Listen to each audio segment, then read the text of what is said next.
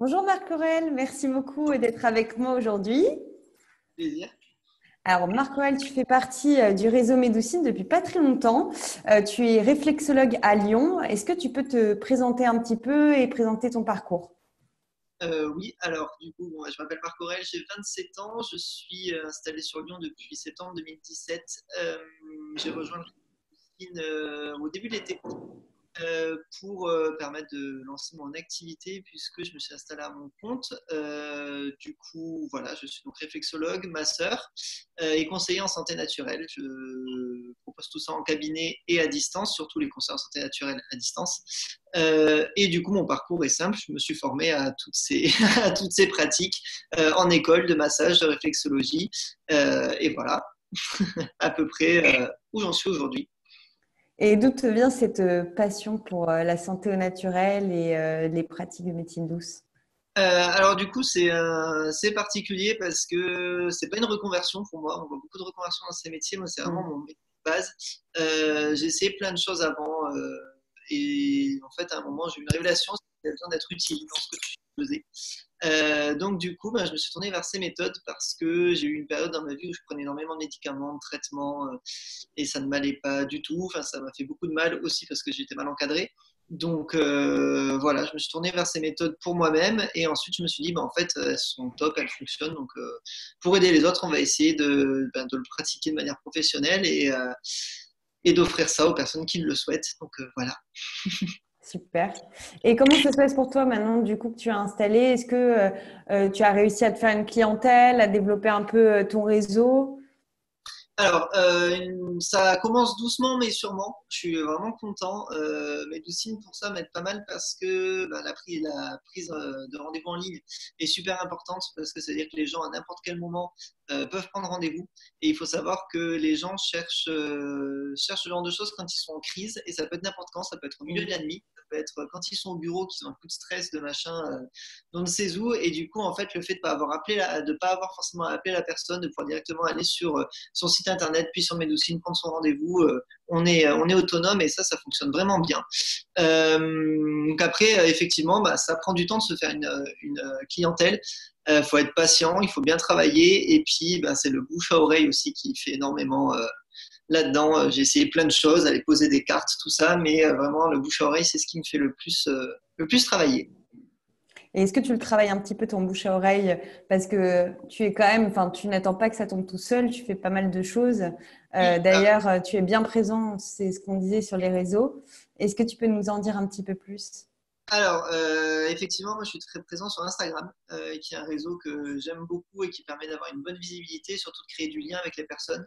Ça permet aussi, bah, par exemple, j'ai énormément de rendez-vous qui arrivent par Instagram et les personnes me disent souvent, en fait c'est chouette parce que comme on suit vos aventures sur Instagram, on a l'impression de vous connaître et quand on arrive, on est à l'aise.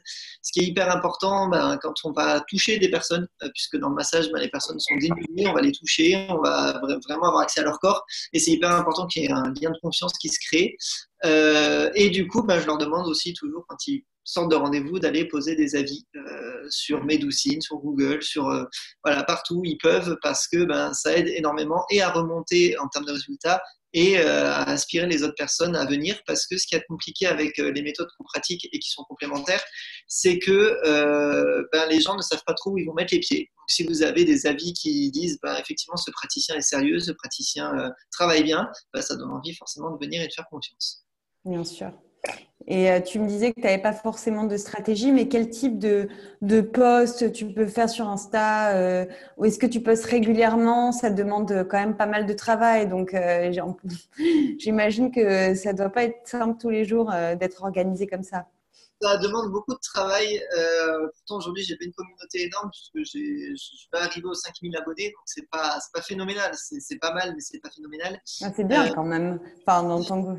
Pour dire que j'ai commencé il n'y a pas longtemps, c'est pas mal. Donc du coup, je poste au moins 3 fois par semaine.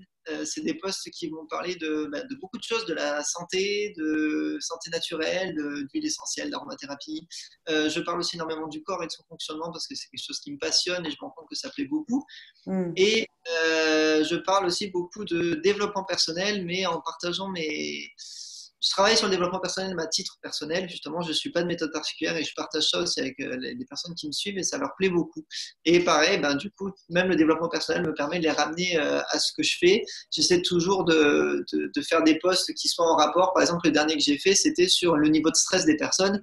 Et du coup, j'expliquais comment, ben, quand on vient me consulter en cabinet, on a l'impression que nos problèmes, c'est comme une pelote de laine tout emmêlée. Et du coup, le but en séance, c'est d'aller trouver le fil sur lequel on tire et qui fait que ben, tous les problèmes vont se démêler derrière. Mais il faut trouver le bon bout. Voilà. Donc, tout ça, j'essaie de le ramener toujours à ce que je fais, à comment je travaille pour ben, donner toujours envie aux personnes de venir et de se prendre en main pour aller mieux, tout simplement. Eh oui. Et quels sont un peu tes challenges du quotidien, du coup? Évidemment, j'imagine, comme tu viens de t'installer, il y a se créer une clientèle, mais voilà, quelles sont les problématiques un peu du quotidien? Alors, il faut pardon. Et le Euh, chat? oui, voilà, c'est ça. C'est Hubert, mon chat, qui est une star d'Instagram aussi maintenant. Du coup, mes problématiques principales, là, c'est de développer les interventions d'entreprise. J'interviens beaucoup en entreprise parce que j'adore ça et que c'est hyper pratique pour les salariés. Par contre, rentrer en entreprise, c'est hyper compliqué parce qu'il faut trouver les bons interlocuteurs, parce qu'il faut trouver les bonnes entreprises. Et ça, c'est vraiment, je pense, mon challenge principal. Après, c'est bien entendu de faire comprendre aux gens parce que je ne dis jamais aux gens quand revenir, quand ils partent de rendez-vous avec moi, je leur dis, bah, vous revenez quand vous en avez envie, besoin, tout ça. Et c'est de faire en sorte qu'ils écoutent suffisamment aussi leur corps pour se dire, en fait, je dois y retourner, pas dans la semaine qui suit, mais je dois y retourner rapidement avant d'être à nouveau en crise. Puisque, ben, on le sait, hein, dans nos pratiques en général, on préfère traiter avant les crises que de voir quelqu'un arriver plié en deux de douleur. Ou, voilà. Donc, essayer de vraiment sensibiliser les gens au fait qu'on est censé agir vraiment en prévention. Donc Oui, ne voilà, pas attendre. je suis prise, j'ai des personnes et leur donner envie de revenir. Je pense que c'est les deux défis principaux. Et comment tu crées comment tu fais pour que les personnes reviennent te voir? Est-ce que tu leur envoies peut-être un SMS, un mail? Comment gardes-tu contact?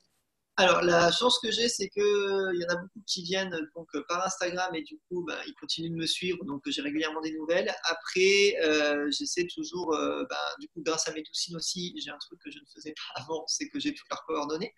Ce que je n'avais pas avant, puisque j'oubliais toujours de noter le mail, le numéro, le machin. Là, je sais que je peux retrouver les choses. Même par exemple, c'est assez marrant, mais quand je vais avoir une annulation ou quelqu'un qui va reporter sa séance, bah, du coup, maintenant, j'ai le réflexe de lui envoyer un texto en lui disant bah, je viens de voir que vous avez dû annuler votre séance, j'espère grosso modo il n'y a rien de grave, que vous pourrez retrouver un créneau. Et en fait j'ai tout le temps une réponse à la personne qui me dit pas vu ça et je penserai je compte bien revenir, c'est pas que j'annule, c'est que je reporte. Donc du coup je pense que ça permet aussi de créer quelque chose qui fait qu'elle va se dire ah oui c'est vrai qu'il faut que je reprenne rendez-vous, voilà. Et pour celles qui sont déjà venues, eh ben, il y a souvent elle poste un avis, donc derrière j'en profite pour la remercier d'avoir posté un avis et du coup ben on reste un peu comme ça en contact et puis après je garde tous leurs numéros et puis de temps en temps si jamais je sais pas à Noël je vais faire des offres pour Noël, ben moi je peux leur envoyer un texto en disant je fais des offres pour Noël. Ben, voilà, je trouve que vraiment ça m'a permis d'avoir ce côté ben, un peu de télésecrétariat Oui, bien sûr. Et, que je n'avais.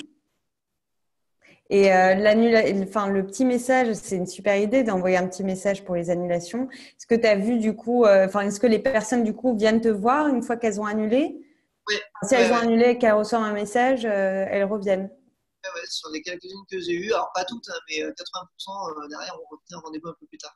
Donc Ok, c'est un peu plus. Je pense qu'en fait, le souci qu'il y a, c'est que des fois, les gens ne se rendent pas compte que c'est notre métier. Pour eux, c'est juste un rendez-vous. Ils ne se bien rendent pas sûr. compte que c'est une vie. Et je trouve qu'en fait, leur envoyer un texto, ça va permettre de leur dire aussi ah oui, en fait, cette personne bah, vit de ce métier. Enfin, c'est pas juste un loisir comme ça qu'elle fait entre deux trucs. Non, non, c'est son métier. Et du coup, voilà, c'est quelque chose pour elle et ça humanise un peu le praticien, même avant même qu'on se soit vu vraiment. Quoi. Donc, du coup, j'y repense derrière. Complètement. Super idée, super conseil. Et peut-être un dernier point, si tu as un cas difficile, comment est-ce que tu le gères? Alors. J'ai la chance de travailler pas mal en réseau, ne serait-ce que aussi par Instagram avec d'autres praticiens. J'ai des psys, j'ai des pharmaciens, j'ai des kinés, j'ai des ostéos. Donc c'est vrai qu'ils sont très bienveillants parce que c'est assez compliqué parfois dans ces branches-là. Il y a toujours un côté un peu compétition parce qu'on n'est pas remboursé par la Sécu, parce que voilà, donc on se dit oui, mais s'il va voir un tel, il ne viendra pas me voir moi. Moi j'ai pris le parti de dire en fait, si je ne peux pas aider une personne, je ne vais pas m'échiner à lui faire 72 séances, à lui payer ça. Alors qu'en fait, il suffit que je l'envoie chez un confrère et le confrère va l'aider. Et en plus de ça, cette personne aura vu mes limites et que quand je connais mes limites, je peux l'envoyer ailleurs et reviendra pour un autre problème à un moment. Donc, c'est vraiment le truc de déjà lui faire sa séance, voir où je peux aller et être franc avec elle et lui dire voilà, moi je peux vous aider sur ça, ça, ça. Maintenant, le fond du problème, il faudra aller voir quelqu'un d'autre. Et c'est souvent les cas psy qui me posent le plus de problèmes.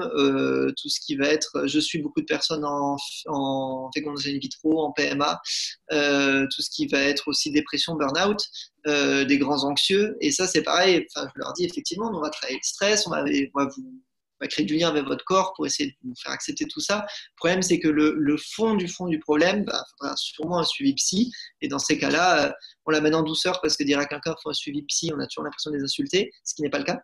Mais voilà, c'est juste amener les choses en douceur, leur dire moi je peux vous aider sur ça, pas sur ça, je peux vous conseiller un confrère. Ils le font pas, mais au moins moi de mon côté, les choses sont claires. Je sais pas si ça répond beaucoup à la question. Tout à fait. Je suis un peu bavard, pardon. Non, mais c'est une super réponse. Et pour finir, est-ce que tu aurais un dernier conseil à un praticien, soit qui se lance, soit qui est un petit peu en perte de motivation, perd un peu confiance en lui parce qu'il n'arrive pas à développer son activité comme il le voudrait? En fait, c'est assez compliqué parce que, enfin, je comprends tout à fait. J'ai eu vraiment des moments où j'avais envie de tout abandonner, où je me disais, de toute façon, j'ai beau faire un peu de chiffres, c'est toujours pas assez. Même si j'ai fait ça de chiffres, il me faudra encore ça pour pouvoir en vivre. Enfin, c'est vraiment difficile. Par contre, il faut se raccrocher à tous les moments vraiment chouettes, tous les moments où les personnes partent de leur séance en me disant merci, en me regardant dans les yeux. En vous disant sincèrement merci, pensez à toutes les personnes qu'on aide et surtout rester bien à sa place. Je pense que le meilleur moyen de marcher, c'est de rester vraiment à sa place et d'être franc, de toujours dire aux personnes, moi je vous accompagne, je ne vous guide pas, je ne suis pas un médecin, je ne suis pas dans le soin médical, je suis dans le soin complémentaire, c'est-à-dire que vous avez déjà un diagnostic quand vous venez me voir, vous avez un suivi médical qui doit être fait, vous n'arrêtez pas vos traitements pour suivre mes conseils, enfin, c'est vraiment rester à sa place. En fait, plus vous allez en promettre aux personnes, plus il y a de risques qu'elles soient déçues. Donc, c'est pas comme grand-chose, c'est juste que ne promettez pas la lune et laissez les gens être surpris parce que vous pouvez faire pour eux. C'est vraiment le truc qui va faire que ça va fonctionner. Si vous arrivez en disant, oui, moi, je vais vous décoincer votre dos, je vais vous régler ça, migraine, forcément, si ça marche pas derrière, il y a une rancœur qui se crée. Alors que si vous dites, écoutez, on va se mettre ensemble, on va voir ce qu'on peut faire, ça peut être que positif. Et quand vous avez envie de baisser les bras, raccrochez-vous à ça, relisez tous les avis positifs que vous avez sur, sur Medoucine et autres. Et justement, des fois, avoir une communauté sur Instagram ou autre chose à qui vous pouvez parler, à qui vous pouvez même partager vos coups de mou. Parce qu'en fait, les gens aiment avoir des humains en face d'eux. Ils aiment qu'on soit pas au-dessus d'eux et qu'on se pose en personne qui sait tout. C'est vraiment se mettre à leur niveau. Et vous verrez que si vous avez un coup de mou, vous le partagez sur Instagram et vous verrez ça.